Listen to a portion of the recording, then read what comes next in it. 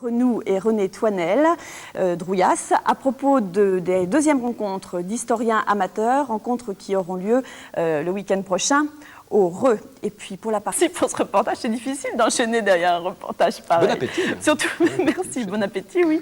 Et on va parler maintenant des rencontres d'historiens amateurs. Ce sont des rencontres qui se tiennent pour la seconde fois et qui vont avoir lieu au Reux. Alors, Michel Renou, vous êtes un petit peu l'instigateur de ces rencontres. Pour avoir vécu cette expérience, en fait, vous, je ne sais pas quel est exactement votre métier, mais vous n'êtes pas du tout historien. Et puis, il y a quelques années, vous avez écrit l'histoire de la ville où vous vivez, qui s'appelle le Reux. C'est cela, oui. Je ne suis pas du tout historien, je suis agent commercial. Et il y a environ une quinzaine d'années, j'ai écrit l'histoire de ma commune. Et à cette époque, on était très peu à écrire ce genre de monographie. Et nous avions des difficultés pour avoir des contacts, savoir comment on allait imprimer, comment on allait trouver les documents, soit aux archives départementales, soit localement, soit des témoignages humains.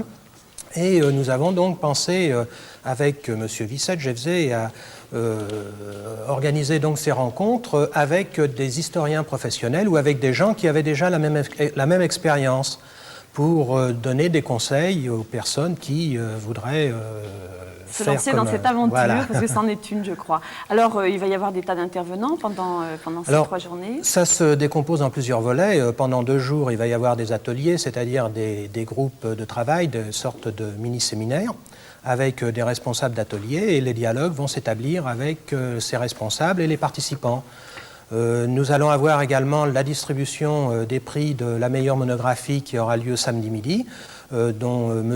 Yves Breton a été le lauréat sur son ouvrage sur Martigny-Ferchaud.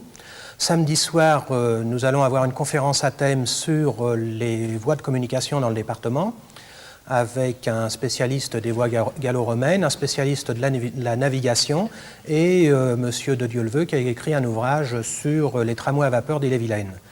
Alors, on peut dire que parmi les historiens amateurs, il y a des gens qui travaillent dans les postes, il y a des électriciens, il y a des institutrices. Alors, vous en avez une à côté de vous. Elle s'appelle René Toinel Drouillas et elle a écrit, elle, avec sa sœur, Jeanne Roquier-Drouillas, l'histoire de leur père, qui a été un des premiers syndicalistes de la région, ce qui n'a pas été sans lui poser de problème, je crois, parce qu'il se faisait un petit peu renvoyer par ses employeurs. En fait, non, il ne se faisait pas renvoyer par ses employeurs, c'était un très bon maçon. Il a dû prendre un faux nom parce qu'il a subi une condamnation politique en 1927, il était à Reims à ce moment-là, pour un article paru dans le journal dont il était responsable et où il demandait le droit de vote pour les soldats. Et il a été condamné pour incitation de militaires à la désobéissance. Donc, comme il n'a pas voulu faire ses 8 mois de prison, il a pris un faux nom, il s'est appelé Marcel Laporte, et il est parti dans l'illégalité. Il a voyagé un peu partout en France et il est arrivé à Rennes en 1929. Et donc vous avez eu envie de raconter l'histoire de ce père qui a eu un itinéraire quand même tout à fait particulier. Puis ça vous a amené tout à coup, en recherchant, je suppose, dans les archives, les témoignages et les choses comme ça, à découvrir tout un aspect du mouvement ouvrier en Ille-et-Vilaine à cette période de 1920 à 1941, c'est ça? Voilà, puisque notre père a été arrêté en juin 1941, il est mort à Auschwitz en 1942. Mais en recherchant des documents sur la vie de notre père, on ne pouvait pas ignorer tout ce qui avait fait son entourage, puisque sa vie a été vraiment liée à tout le mouvement ouvrier et politique de 1920 à 1941. On a été poussé en ça par d'anciens militants, et en particulier par Christian Benoît, qui est adjoint au maire de Rennes, et qui avait beaucoup milité au sein de la CGT, et qui trouvait qu'en discutant avec d'anciens militants, il trouvait que ce soit regrettable que tout ce mouvement de lutte ouvrière et politique soit oublié, puisqu'on en est quand même les bénéficiaires maintenant de toutes ces lois sociales. Alors vous participerez donc, vous aussi, à ces rencontres d'historiens amateurs. Vous animez même, je crois, un atelier.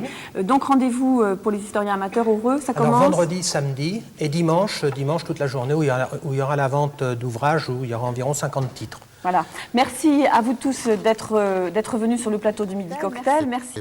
Sur les flancs du mont Pilat, à une cinquantaine de kilomètres au sud de Lyon. Ah oui. Alors vous me disiez tout à l'heure que l'intérêt de ce genre de salon, justement... Il y a une précision que je voudrais apporter en ce qui concerne ce fromage, c'est que ce fromage, il est né à Rennes, et il s'est fait connaître au Reux, mais c'est qu'il est fabriqué selon un procédé qui a été mis au point par votre laboratoire. Par notre laboratoire et par mon patron en particulier. Voilà. Alors ce que vous me disiez tout à l'heure à propos de notre salon et l'intérêt pour les fabricants de fromage de venir, c'est que bon, beaucoup de grands fromages ont bénéficié d'une large publicité, etc.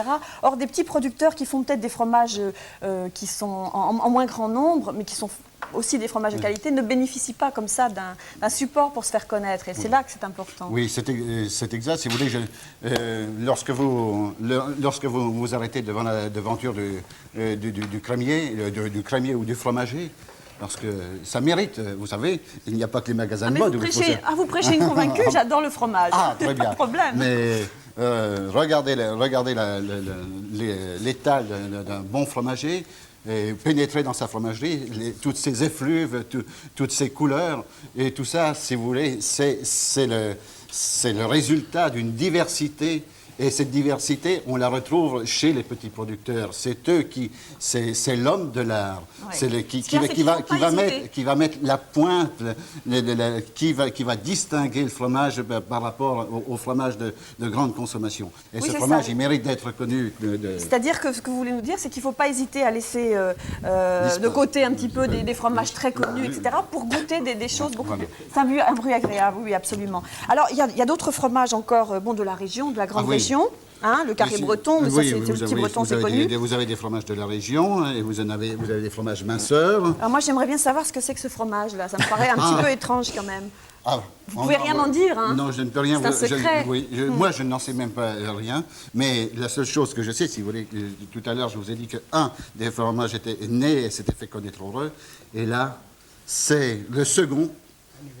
Alors c'est l'événement, il y a Jean qui lui souffle, il y a Jean qui lui souffle, on va parler. Jean, c'est un événement. C'est un événement national qui va durer un mois et qui va naître demain au Reux. Alors si vous voulez pendant savoir, le salon, si vous voulez savoir ce qu'il y a dans ce petit paquet, demain vous allez au Reux, au salon des fromages et des vins.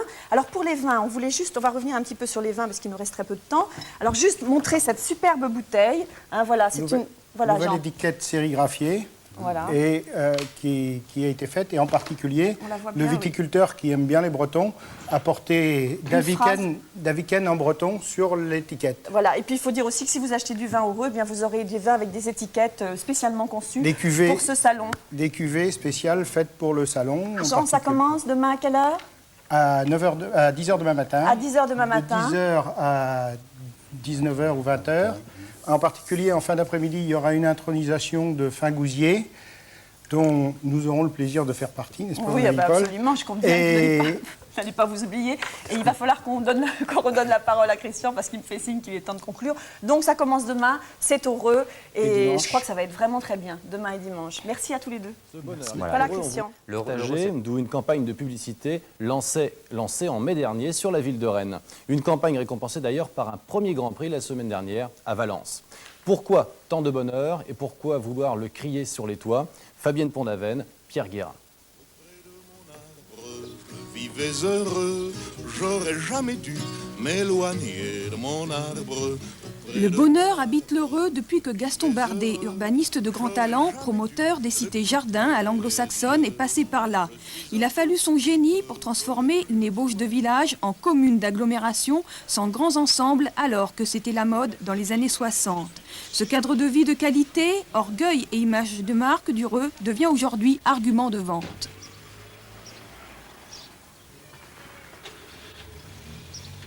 Nous avons ressenti depuis quelques années que dans l'agglomération rennaise, le développement se passe ailleurs qu'à l'ouest.